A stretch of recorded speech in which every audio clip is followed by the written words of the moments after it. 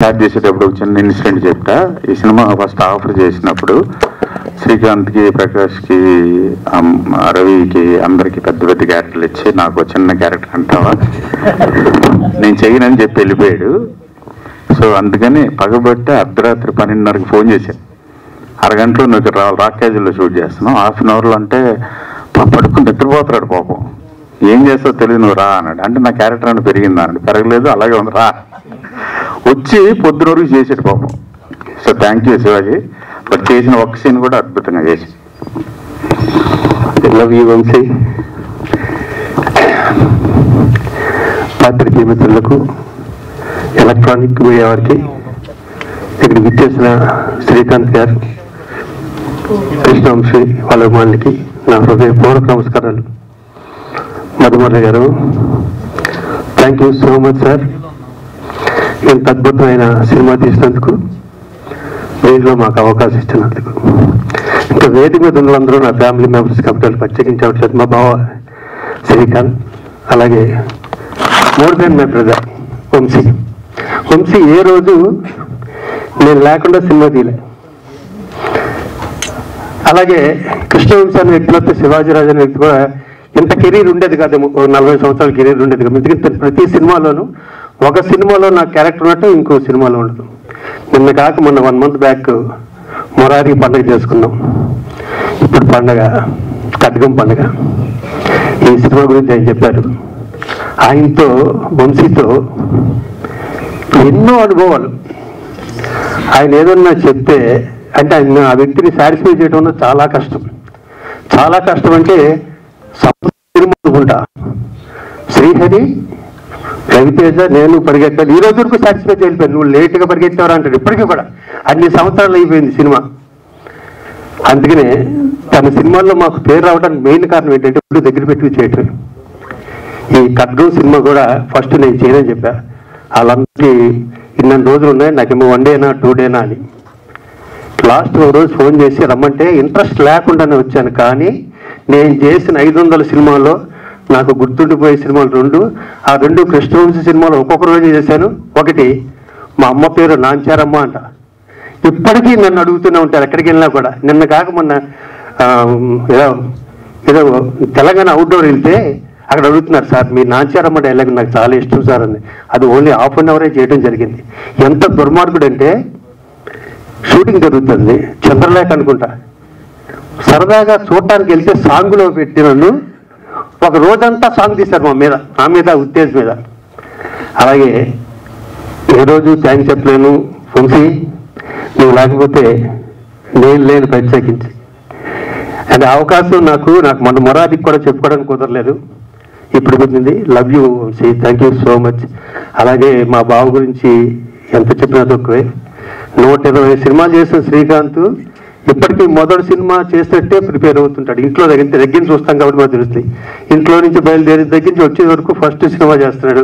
ఇదే నా మొదటి సినిమా. అందుకనే ఇంత లాంగ్ కెరీర్. తన తర్వాత ఎంతమంది హీరోలు అయినా కూడా మా కళ్ళ ముందు వెళ్ళిపోయారు తప్ప తనతో పాటు సమ్మానంగా వచ్చి ఉండేవారు. గ్రేట్ బావా, గ్రేట్.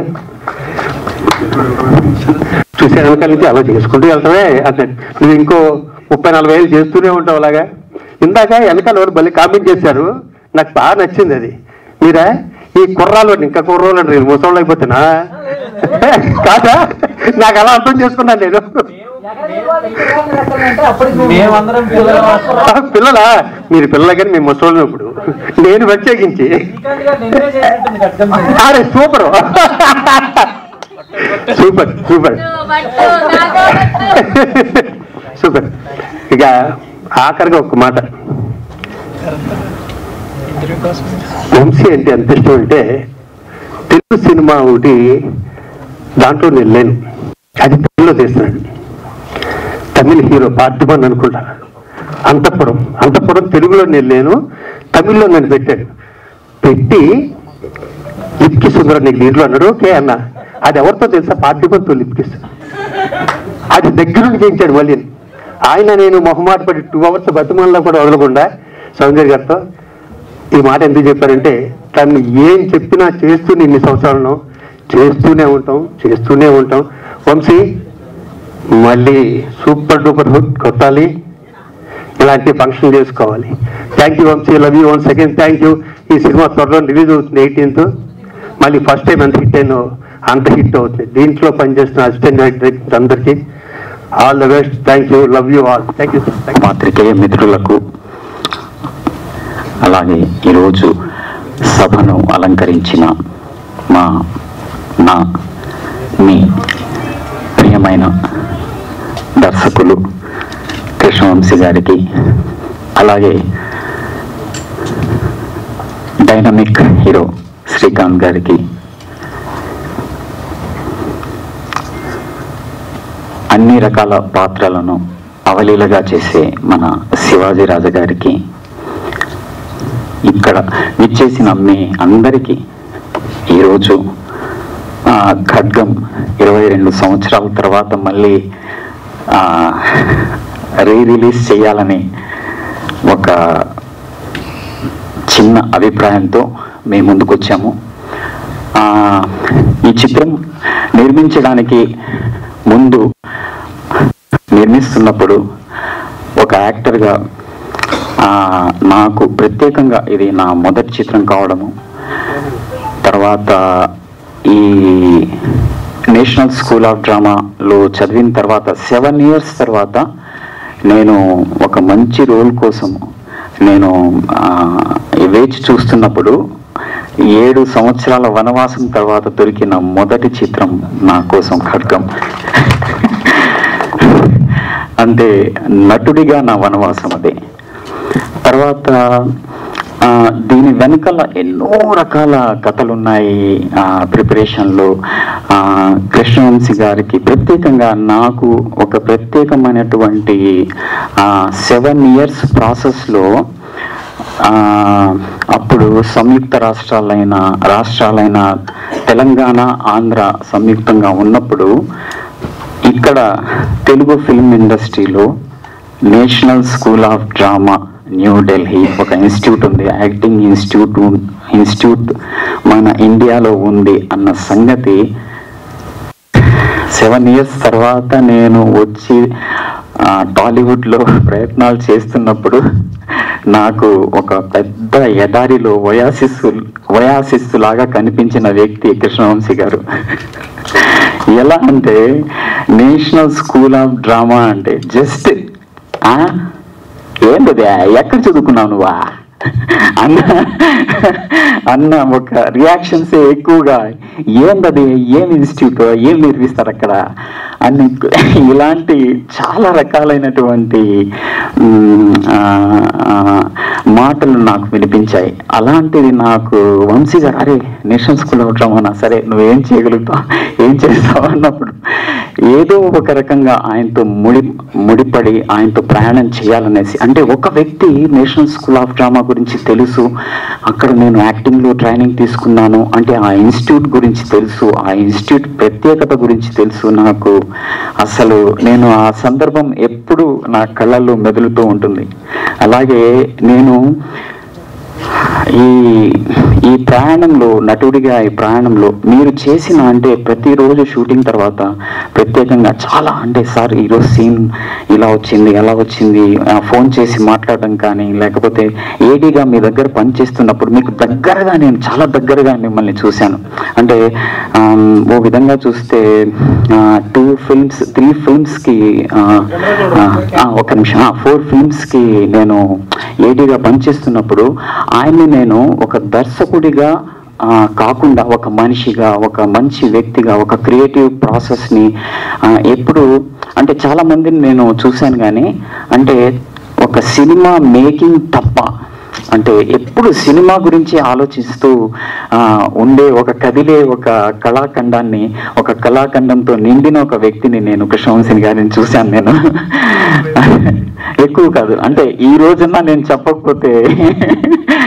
అలాగే నా ఏటీగా నేను పనిచేస్తున్నప్పుడు యాక్టర్స్కి ఎలా ట్రైనింగ్ ఇస్తారు, ఎలా ఒక క్యారెక్టర్ గురించి ఆయన చెప్పడం కానీ, ఆయన పద్ధతి కానీ, లేకపోతే క్యారెక్టర్ ప్రిపరేషన్లో యాక్టర్స్కి ట్రైనింగ్ ఇచ్చే పద్ధతి కానీ, వాళ్ళకి చెప్పే పద్ధతి కానీ, అవన్నీ నాకు నేను ఇన్స్టిట్యూట్లో ఏవైతే చదువుకున్నానో వంశీ గారు అవన్నీ బాగా తెలుసున్న విషయం నాకు నిజంగానే ఒక నటుడికి అంతకంటే సాటిస్ఫాక్షన్ ఏముంటుంది. సో ఆ ఏడీగా పనిచేస్తున్న ప్రయాణంలోనే నేను మీ దగ్గర నుంచి చాలా విషయాలు ఒక సినిమాటిక్ అంటే ఫార్మాట్లో కానీ మనం ఒక నటుడిగా ఎలా నటించాలి అన్నది ఇన్స్టిట్యూట్లో కాకుండా ఇక్కడ ప్రత్యేకంగా నాకు ఒక గొప్ప అవకాశాన్ని, సందర్భాన్ని మీరు నాకు కల్పించారు ఏడీగా ఉన్నప్పుడు. Thank you so much. అది ఎప్పుడు నేను మర్చిపోలేను. నేను వేసే ప్రతి అడుగులో ప్రతిరోజు మీరు ప్రత్యేకంగా రమ్యకృష్ణ గారు నాకు ఏడీగా ఉన్నప్పుడు చాలా సందర్భాల్లో నాకు హెల్ప్ చేశారు, చాలా సపోర్టివ్గా నిలిచారు. అలాగే యాక్టింగ్ టెక్నిక్స్ గురించి కానీ, యాక్టింగ్ మెథడ్స్ గురించి కానీ చాలా సందర్భాల్లో నేను రమ్యకృష్ణ గారు చాలా సందర్భాల్లో మాట్లాడుకోవడం జరిగింది. అది కూడా నేను ఎప్పుడు మర్చిపోలేను. ఇలా చాలా కథలు ఉంటాయి. ఇంకా శ్రీకాంత్ గారు అయితే మొదట మేము స్టార్టింగ్ చేస్తున్నప్పుడు ప్రిపరేషన్లో ఆయన క్యారెక్టర్ ప్రిపరేషన్లో కొన్ని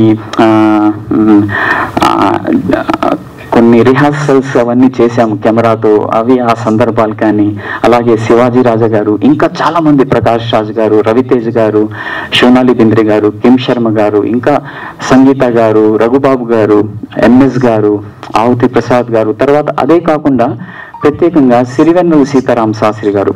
అంటే వంశీ గారితో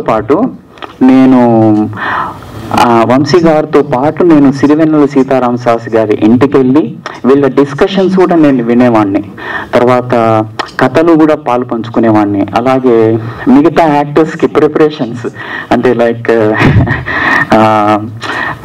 ఆ సీన్ మాకు బాగా గుర్తు. అది సోనాలి బింద్రే గారిని కాల్చడం అవన్నీ ప్రత్యేకంగా అప్పుడు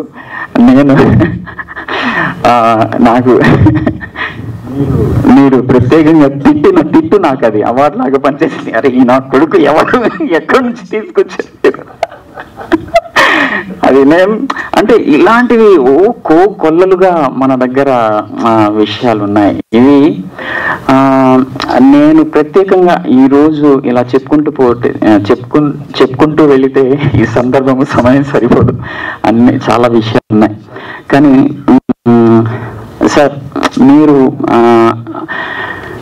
అందరూ ఒక నటుడిని ఎలా అయితే కనిపిస్తున్నాడో, ఒక వ్యక్తిని, ఒక నటుడిని ఎలా అయితే కనిపిస్తున్నారో వాళ్ళని అలాగే తీసుకుని మలిచి సినిమా చేయడం సహజ పద్ధతి ఇది.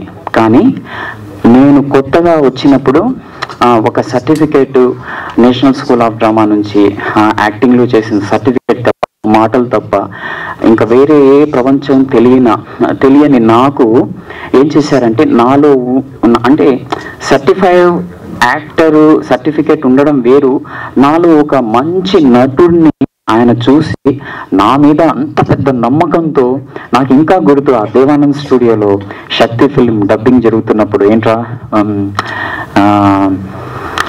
ఒక సినిమా ఉంది చేయబోతున్నాను, ఒక 4 సీన్లు ఉంటాయి అని నాకు అట్లా బయట మనం నిలబడి అందరు ఉన్నారు. అది నాకు ఇంకా గుర్తు. నేను ఎప్పుడు తప్పకుండా చేస్తాను సార్, ఎందుకు చేయను, 4 సీన్లు ఏంటి, ఒక్క సీన్ అయినా చేస్తాను అనేసి నేను అనడము. అక్కడి నుంచి మొదలైన మా ప్రయాణము ఇంకా కొనసాగుతూ ఉంది.